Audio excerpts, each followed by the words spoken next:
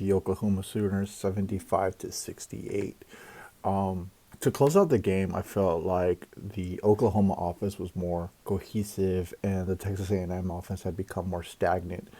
Um, there was one substitution that Porter Moser made that I did not like. He decided to sub out Muhammad Wade, and then he decided to put Jalen Moore at that center spot of that offense. And I felt like that really stalled the offense. They were moving the ball, and I believe they had two turnovers in a row, and then Texas A&M took advantage of those. Overall, Texas A&M finished with five guys in double digits. So all five starters were in double digits, and then Anderson Garcia had nine. So they had really balanced scoring.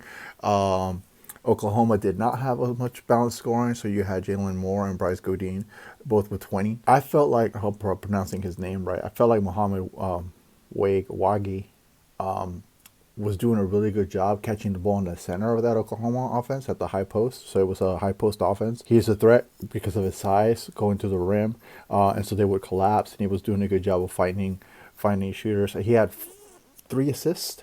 So and then once they decided to take him out and they put Jalen Moore, I felt like it was much more easier to key in on Moore in that spot as opposed to when he was out on the perimeter and the ball goes into the center, because Jalen Moore got a couple dunks off of that, and then he was able to do other things. So I felt like that was just a mistake that Porter Moser made. He went with a much smaller lineup by taking out Muhammad, and so ultimately Texas A&M was able to pull away. Now Texas A&M's offense had become stagnant, and the best shot at times was essentially just throwing the ball up and going and get the rebound and putting it in. But they could spread you out. From the 3-point line, they didn't shoot the ball very well. They were 4 for 24 for 16%, whereas Oklahoma was 10 for 22 for 45%. So again, just getting the ball into the center of that offense for Oklahoma really caused problems for Texas A&M defending, especially that corner three. They would throw that skip pass to the corner, either from the opposite wing or from the high post, and they nailed quite a few of those. I felt like the Aggies' athleticism overall was too much for Oklahoma. And so, I mean, Texas A&M's offense is pretty much, spread you out, attack you, and they have two really good ball handlers. They have athleticism. They play good defense. I really liked Oklahoma's offense, and the reason why I like Oklahoma's offense is it reminds me of John Beilein's high post offense and the motion offense that they had. Also, it also reminds me of UCLA's high post offense under John Wooden. So again, I was born after John Wooden had retired, so I did find a video, instructional video on YouTube of Wooden talking about his high post office. Now, in the video, he's doing it with high school students. And so what I always felt, if you type it on YouTube and you find it and you're a coach and you're looking to expand your offensive philosophy or look into new things to do, what you could do with what John Wooden does is just adapt the spacing to more modern spacing to incorporate the three more.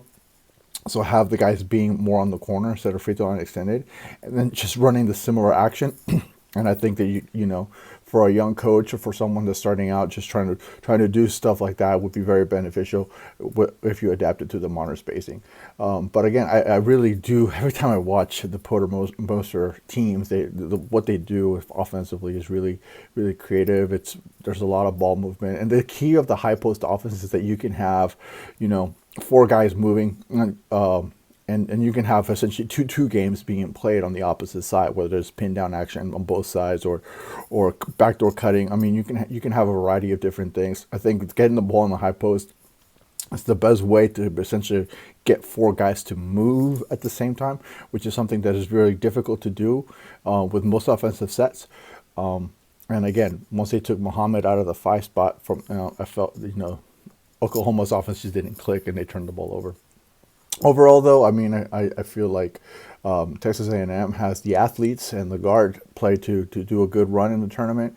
Oklahoma could be a dangerous team, especially as they become more acclimated with themselves.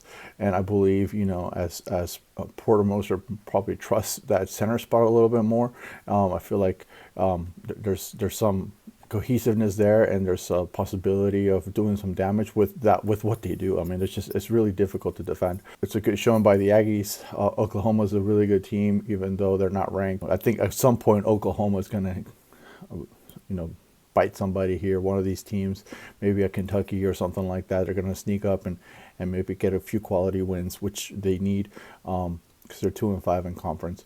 So they got to turn that around.